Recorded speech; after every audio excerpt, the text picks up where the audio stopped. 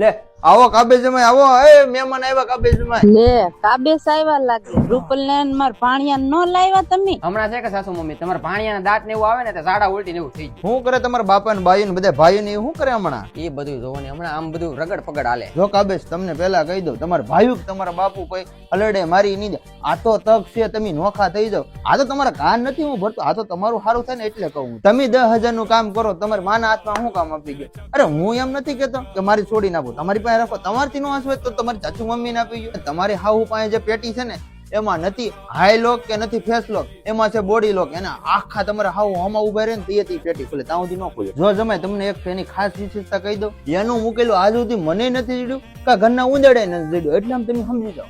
હે જમાય હમણાં તમે બાજ્યા હતા કોણ? તમારો નાનો ભાઈ તમારે લઢીએ બેસી ગયો હતો ને, તોય છતાં તમારા ઘરાણા આવી ગયો, તોય તમારો વાંક આવ્યો ને. હા મારો વાંક આવ્યો હતો. હું તો જો ખાબા જમાય તમને એમ જ કહું, આપડા ઉપલા માળે એક રૂમ પડી છે, તમે અહીંયા ઘર જમાય રહેવા આવ્યો, પછી તમારા બાપા ને તમારી વાને ખબર પડશે રેલો આવશે ને તીવા. આ તો હું તો તમને હારા હાટું કહું તમારે.